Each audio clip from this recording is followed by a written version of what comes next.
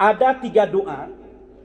Apabila kita membaca doa ini, Allah akan murka dengan kita. Maka jangan berdoa terhadap 3 hal ini. Yang pertama adalah berdoa bagi orang yang kafir setelah ia meninggal dunia, agar orang kafir tersebut diampuni dosanya dan dimasukkan ke dalam surga. Tidak boleh. Kenapa tidak boleh? Kalau kita membolehkan doa bagi orang kafir, berarti membolehkan orang kafir, orang jadi kafir. Pernah terjadi pada Nabi Nuh.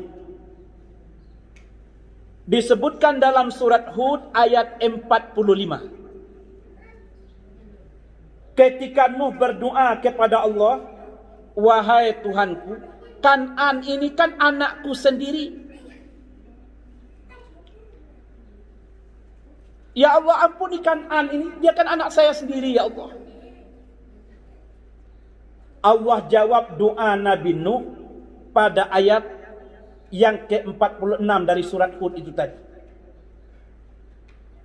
Langsung Allah katakan, wahai Nuh, dia bukan lagi keluarga engkau. Saya tahu, kata Allah, mana yang pantas masuk surga, mana yang tidak pantas masuk surga.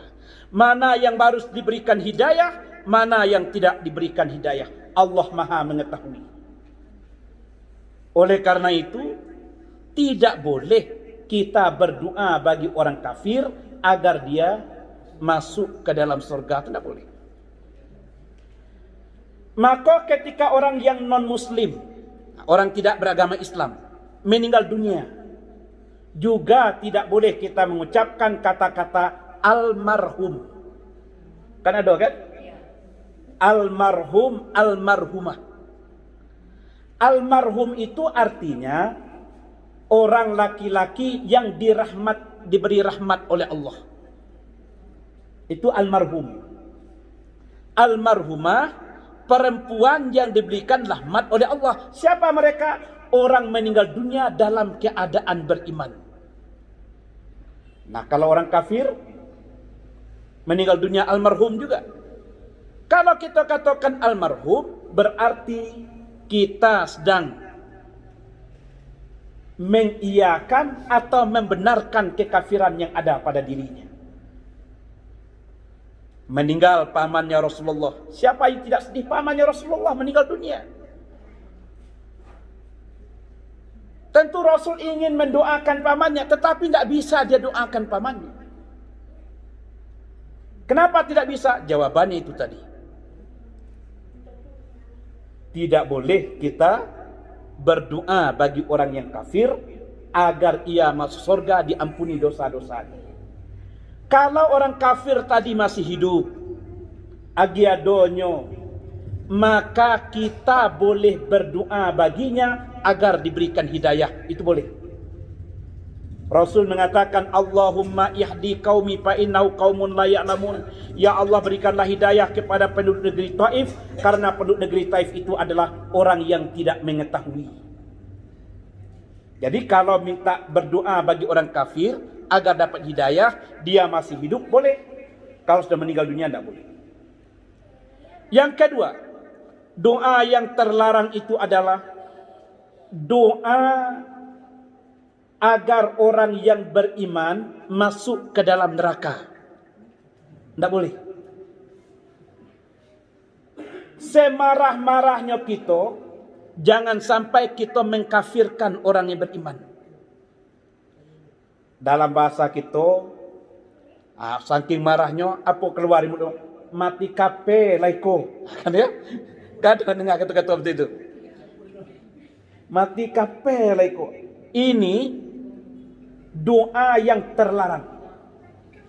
Mendoakan orang yang beriman agar masuk ke dalam neraka. Karena Allah sudah janjikan al-wa'du wal-wa'id.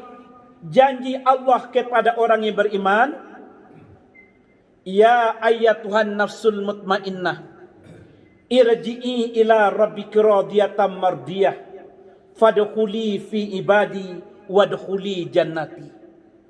3 janji Tuhan bagi orang beriman.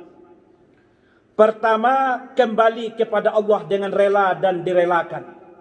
Dalam surah Al-Fajr ayat 27 sampai 30. Yang kedua, masuklah engkau ke dalam hamba-Ku. Apa ini dimaksudkan masuklah engkau ke dalam hamba-Ku? Menerima kitab dari sebelah kanan. Yang ketiga, fadkhuli fi ibad fadkhuli jannati. Masuklah engkau ke dalam surga-Ku. Masuk ke dalam surganya Allah. Orang yang beriman Allah janjikan kembali kepada Allah dengan rela dan relakan, menerima kitab dari sebelah kanan dan masuk dalam surganya Allah. Kalau kita berdoa bagi orang yang beriman agar masuk neraka, menyalahi janji-janji Allah. Itu yang kedua, tidak boleh berdoa agar orang yang beriman masuk ke dalam neraka. Tidak boleh. Yang ketiga, tidak boleh berdoa untuk bisa melihat Allah ketika di dunia. Jangan perlu kayak berdoa, ya Allah, berikanlah aku bisa melihat Engkau, ya Allah. Ini permintaan dari umatnya Nabi Musa. Dia tantang Nabi Musa. Kata umat Nabi Musa, wahai Musa, kalau benar adanya Allah, coba perlihatkan bagaimana yang adanya Allah Tuhan itu. Nah, saya katakan, mata kita ini hanya bisa melihat 2 saja. Pertama bentuk, yang kedua adalah warna. Kalau kita berkata minta melihat Allah, berarti kita ingin melihat Tuhan dengan mata kita ini, maka kita sudah mengatakan Tuhan berbentuk dan Tuhan berwarna. Menyamakan Tuhan dengan makhluk ini terlarang karena laisa kamislihi syai'un. Tidak ada yang menyerupai Allah Subhanahu wa taala. Oleh karena itu, tidak boleh kita berdoa agar kita melihat Allah ketika kita di dunia. Berbeda dengan Nabi Muhammad. Kalau kita berdoa minta bertemu dengan Nabi Muhammad, melihat Nabi Muhammad dalam mimpi kita, itu malah disuruh. Boleh kita berdoa, ya Allah, berikanlah aku bisa bermimpi bertemu dengan Nabi Muhammad. Banyak orang yang sudah bermimpi bertemu dengan Nabi Muhammad. Luar biasa sekali. Kalau Nabi Muhammad, karena dia makhluk, dia punya ruh. Ruh Nabi berbeda dengan ruh kita. Kalau ruh kita, apalagi ruh orang jahil, itu tidak bisa berbuat apa-apa. Tapi ruh orang yang almarhum, orang yang diberikan rahmat oleh Allah Subhanahu wa taala, mereka punya anugerah yang luar biasa. Ruhnya Nabi Adam bisa berada di langit pertama. Bahkan dia bisa menzohirkan dirinya. Ruh Nabi Musa, Nabi Isa bisa berada pada langit kedua. Kenapa demikian? Mereka adalah orang-orang yang dekat dengan Allah. Maka kalau kita berdoa minta bertemu dengan Nabi Muhammad, itu bisa. Cuman berdoa untuk melihat Allah, Allah akan murka karena sesungguhnya kita menyamakan Allah dengan makhluknya.